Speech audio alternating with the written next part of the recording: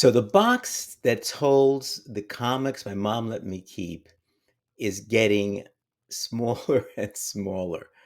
We've had a bunch of these episodes, and I'm ready for the next one. Stay tuned for the video.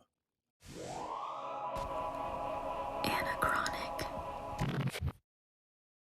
Hi, comic fans. I'm Joe, and welcome to Anachronic Comics. Yes, this is another episode in my series called The Comics My Mom Let Me Keep. Again, we moved in 1969. My mom told me I had to get rid of half my comics. I did. I don't know what I was thinking, but I did hold on to the other half, and this prints some pretty cool comics.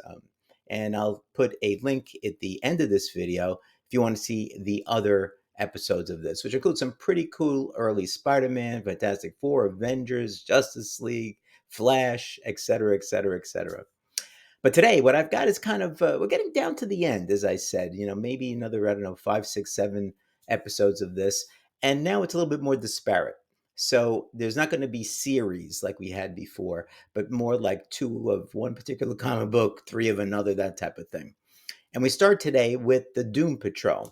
The first one I've got here is Doom Patrol number 102 from 1966. Well, let's see. Here we go. The cover is March. I'll bring it a little closer so you guys could see it better. There we go. All right. And it was written by Arnold Drake, and the cover was by Bob Brown. The interior pencils were by Bob Brown as well. This was the original Doom Patrol, and these stories are really kind of fun. I have another one, Doom Patrol number 104. Same writer, Arnold Drake. Same cover by Bob Brown, but the interior pencils here were by a Bruno Premiani. Right, nice cover. Elastigirl marries Mento. Okay. All right, now we get into some more standard heroes. So I've got Green Lantern, and this is Green Lantern number 40. All right, pretty nice shape. And Green Lantern number 40 is a key comic book. And it includes a character, the first appearance of a character called Krona, who, if you remember, becomes a significant character in the Brightest Day line by Jeff Johns later on. This also has the origin of the Guardians of the Galaxy, and also brings forth for the first time the fact that there are an infinite number of Earths that each have different types or forms of these superheroes. This was written by John Broome, and the cover, as you can tell, distinctive style, and the interior was by Gil Kane. Now, there is an error in this particular one where the writer Broome writes that the two characters, the two Green Lanterns, are on Earth 2 when they should be on Earth 1. All right, but that's the way it goes. Not always perfect. I have a few more Green Lanterns. The next one is Green Lantern number 43. Oh, and the prior one was from 1965. This one is from 1966. It's also a key. It's the first appearance of Major Disaster. All right, it was written again by Gardner Fox, and the cover and interior pencils are by Gil Kane. All right. And the last Green Lantern I have here is Green Lantern number 45 from June of 1966. Another key. It's the first appearance of Prince Peril and Princess Ramia. Again, written by Gardner Fox with cover and interior pencils by Gil Kane. Now, in this one, what's interesting about it is that uh, Alan Scott, the Green Lantern from Earth 2, is described as being the president of Gotham Broadcasting Company. And as you see here, Gil Kane put himself in the book and spoke to the reader on page 20, explaining some behind the scenes facts. Kind of cool. And the writers and the artists did some of that in the old days. Stan Lee, Jack Kirby did it. Um, I think Gardner Fox appears at least I think in a Flash comic book as well. Now, the next one I have is Plastic Man #1 from December of 1966. This is the first appearance of Plastic Man in DC Comics. Here you go. All right. And Plastic Man was first had an ongoing series with Quality Comics, but in 19 was it 56? I don't remember the exact year. Plastic Man and the rest of the Quality Comics a cadre of heroes was bought by DC, and so this was DC's first attempt to bring him back in his own comic book. And this ran for not too many issues. I can't remember now. I think it was 20 issues. I think it was 20 issues that it ran for. All right. And he was one of the first kind of comedic type of superheroes. His first appearance was in August of 1941 in Police Comics #1. And I've got two copies of it. This one's in a little bit better shape than this one that has some issues with the spine. Okay, now we go on to Aquaman, who I always like, but always gets kind of the poor end of the deal. Poor Aquaman. As you can see, a lot of the comic books I got, not all of them, always had multiple heroes in them. I always loved that. So the first one I have is Aquaman. Now you're going to see these two books, really interesting. Now you know why I kept these books, because there were significant events in Aquaman's life. All right. The first one is Aquaman #18 from December of 1964. All right. As you can see, the importance of this was that it was the marriage of Aquaman and Mera. And of course, the Justice League is there attending the event. Now, Aquaman first appeared in 1941. Interesting fact. He didn't get his own comic series until 1962. Since then, he's had more self-build comic series than any other character in DC comics.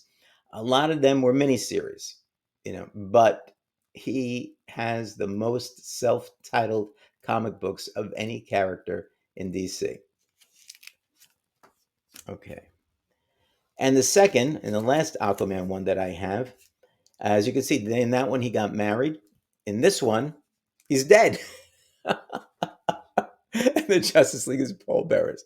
Yeah, so you get married in one and you're dead in the other. And little Joe Travato says, I'm going to keep these two because they're great and they're important. And don't worry, as you know, Aquaman's still alive. And this was a duplicate that ended up dying. So don't cry your eyes out, guys. He was okay even after this one. Okay, now the next ones I got are pretty cool. Glad I held on to these. The first one is Hawkman #1 from 1964. As you know, Hawkman got his start. That was in Showcase, Brave and the Bold, went back and forth. Then he was a backup story. Where was he a backup story in? I can't remember where he was a backup story in, but he was a backup story in one of the anthology series that DC had. And then they finally gave him his own book here, Hawkman #1. All right. And the other one I have, and I got it because Adam Strange is one of my faves. It was Hawkman #18, guest starring Adam Strange. And Hawkman #18, and the first one was written by Gardner Fox, and this one's written by Gardner Fox as well. And the pencils were by Murphy Anderson, both interior and the covers, both covers, even this one. All right, forgot to mention that before. All right. So in Hawkman #18, we find the Manhawks. And they were marauders that used to go around to all alien worlds and get as many, I guess, stealing whatever they can, I guess. So whatever they wanted, whatever they can get. They first appeared in Hawkman's appearance in Brave and the Bold #43. So this was a return appearance by them. All right. And they're attacking Ron. That's why Adam Strange is involved. Next one, I just only have one of these. Although I have Adam's first appearance, I think it was in Showcase. We've got Atom number 29. And again, why did I keep this one? Can you guess?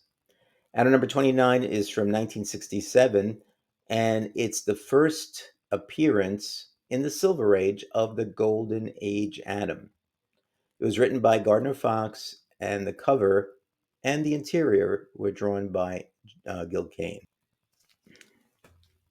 Now, next one going to be some mystery and space comic books. And mystery and space comics, along with Strange Adventures, were the two most significant DC science fiction comic books.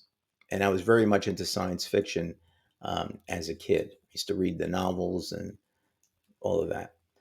And the first one, and this one I have two of them again, is Mystery in Space number 75, The Planet That Came to a Standstill.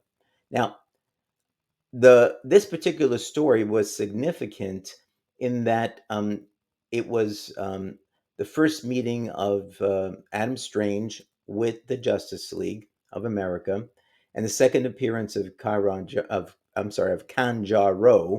All right, this particular story won an Alley Award as the best book length story of 1962, and it was written by Gardner Fox, and the interior pencils were and the cover were by Carmine Infantino, with Murphy Anderson doing the inks. So here's one. This one is in better shape than this one.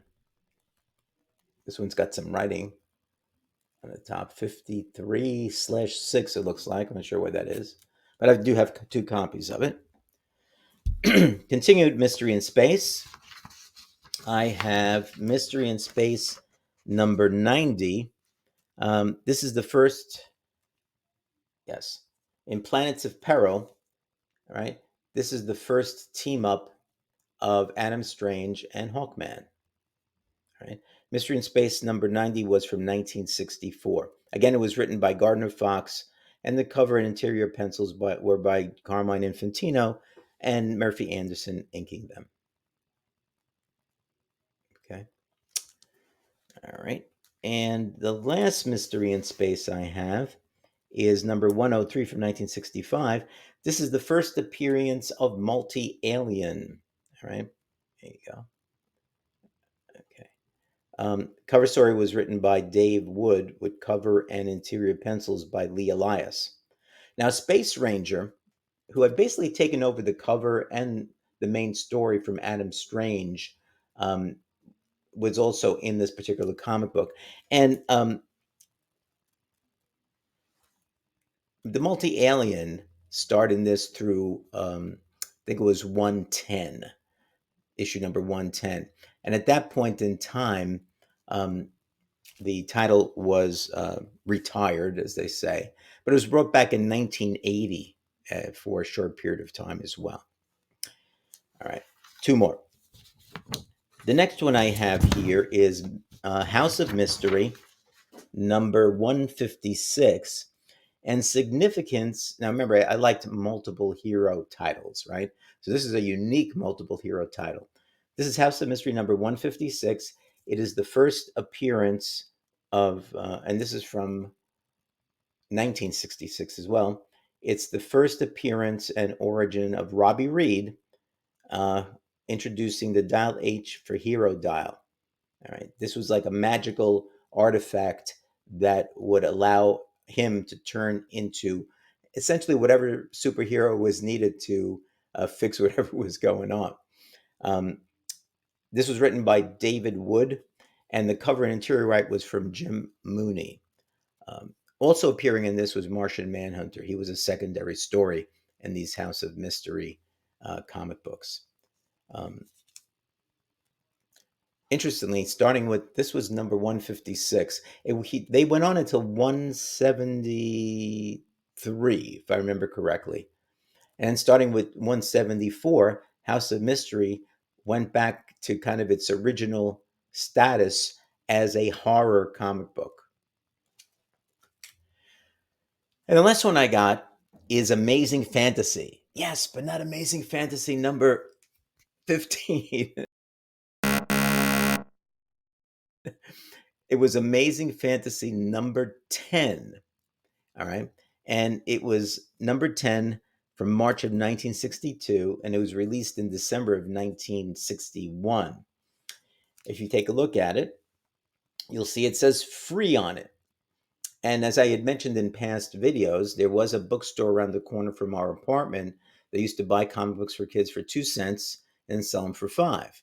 And that was such a big and frequent customer of his, getting those books for 5 cents, that now and then he'd let me go into the free bin, and this was one of the frees. Now, this story here, um, Those Who Change, was one of my all-time favorite stories, but it gave me the bejeebies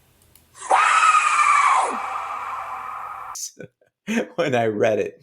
At some point in time, I might go through it a little bit more in depth, but if you get a chance to read Those Who Change, you'll see what I was talking about.